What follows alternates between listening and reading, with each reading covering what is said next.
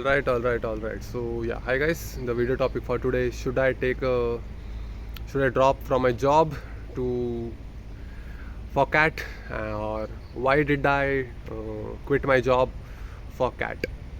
So I will let you guys know my story. Also, before that, I will give a brief conclusion why you should or why you should not leave your job for cat.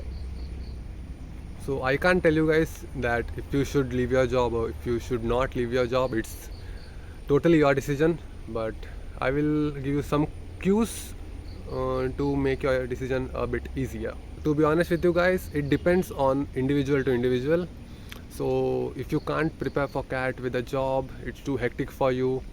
And also one more thing is that if you have want to do MBA right now, on this year itself, your age is getting, or you're getting older, or there might be various reasons, you must do an MBA this year itself, then, and your job is hampering your preparations, then go ahead, take a drop and make the use out of it, the best use out of it.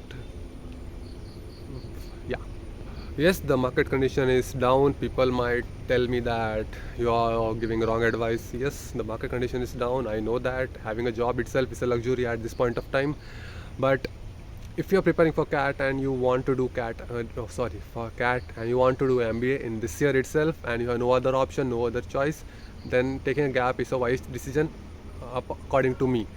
I will tell you why. Why did I quit my job for CAT? I quit my job because I didn't want to continue my career in law. For the contest, I am a lawyer and advocate under Karnataka State Bar Council, and I was practicing under an senior lawyer. So I recently quit my job for CAT preparation because I was not able to prepare for CAT with job, and due to some personal reasons and professional reasons, there are quite of reasons, and I don't think I can disclose that in YouTube. So yeah, I did that.